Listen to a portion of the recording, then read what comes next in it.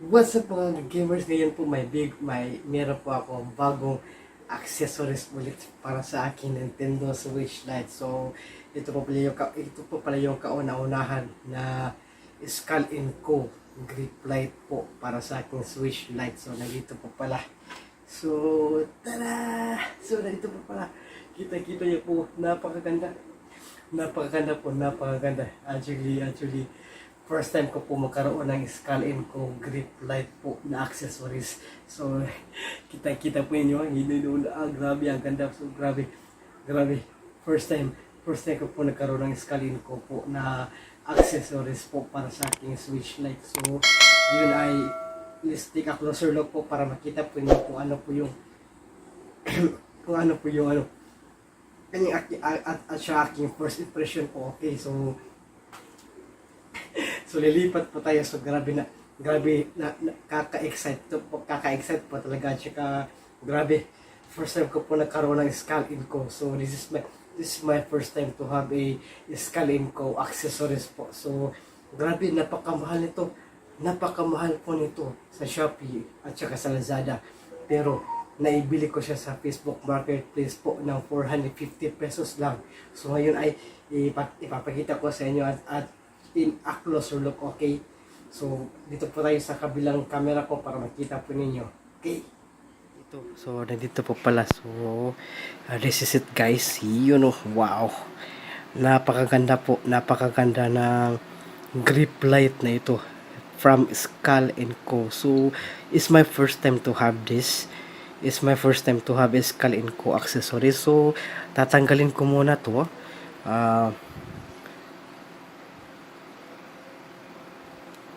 Sleep ko muna siya. So tatanggalin ko muna siya para so kitsa, parang ang hirap yata tanggalin na. So kasi napakakapal, grabe, napakakapal po nito. So very thick. It's so very thick po. So ito pala siya. So ito pala yung Skull & Co. So napakaganda. Grabe.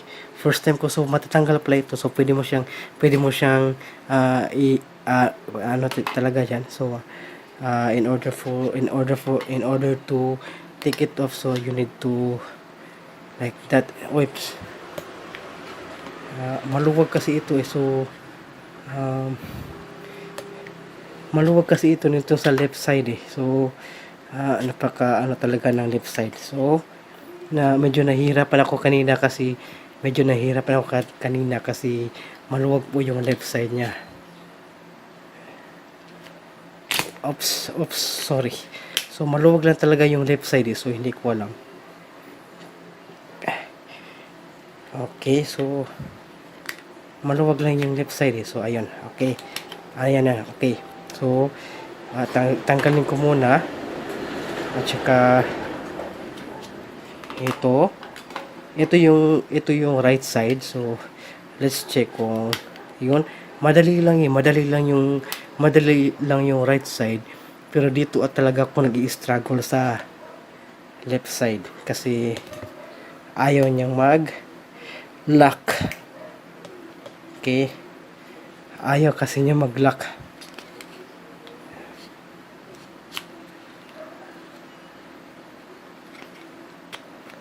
Nahihirapan. Hindi siya madaling mag-lock. Kaya ayun.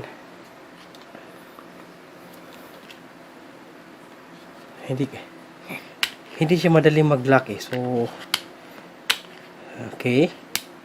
Ayun. So parang parang may talaga dito. So maluwag yung niya. Maluwag siya. So ayun, ibabalik ko yung mas malaki. So ito yung left niya. Ito pala yung left. So unahin ko itong left. Oops, ayun na naman. Okay, so babalik ko unahin ko itong right. Okay,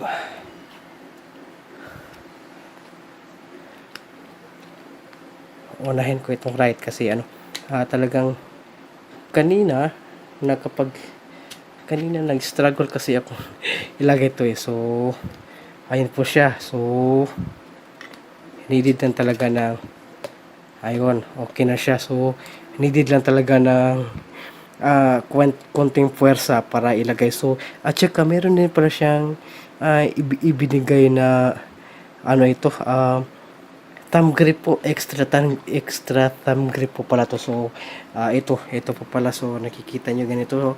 So in order to install the switch light, so kailangan mo talagang unahin itong nasa ibabaw niya para hindi po siya masira yung kanyang shoulder button niya. So you need to be extra careful para sa okay, you need to be extra careful para sa shoulder button niya para hindi po siya madaling masira. So you need to be extra careful for the shoulder button, the left in the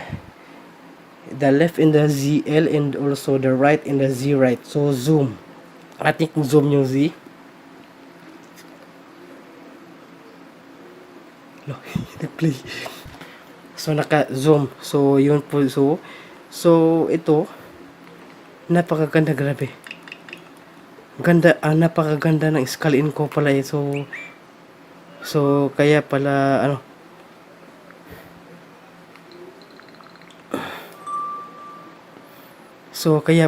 talaga siya. So okay. Kaya pala siya. Napakaganda, grabe. First time ko nagkaroon ng scale-in ko. So this is my first time to have a scale-in ko grip light. Silicone grip light po. So is my first time and finally I have it already. At saka meron din pala itong kasama mga thumb grips. So merong malaki at merong bakit isa lang ito isang malaki. So meron siyang dalawang malaki. So dyan, ilagay mo dyan dalawang malaki, and then meron din siyang mas matigas dito. Ito mas matigas. Okay, matigas po siya. At saka at saka meron ding soft. Ito meron siyang soft. At saka isa lang ito So nasan yung isa dito? Para isa lang yata yung blue. So isa lang yata itong blue. Nag-iisa lang pala siya. So ayun. Pero I think okay lang siya. So marami na akong thumb grips para sa aking switch light. So para ito baka magkasya ito sa aking DualShock na PS4 controller. Ito baka magkasya siya ito. So yun po siya. So yun po yun mga ka-gamers. So yun po yung aking finally got my hands of this scale-in ko. Okay. Mga ka-gamers, yun po yung bago kong accessories para sa aking Nintendo Switch Lite. Ito po yung scale-in ko. So ito po siya, scale-in ko na ito. So napakaganda po at saka it's my first time to have a scale-in ko accessories for my Nintendo Switch Lite. So grabe, napakamahal nito. Napakamahl po ito sa Lazada and sa Shopee. Pero nabili ko lang siya sa Facebook Marketplace po ng 450 pesos lamang. So grabe no. Napakamahal po ng scale-in ko. Pero yung scale-in ko po yan. Pero binenta lang po ito sa marketplace ng 450 pesos.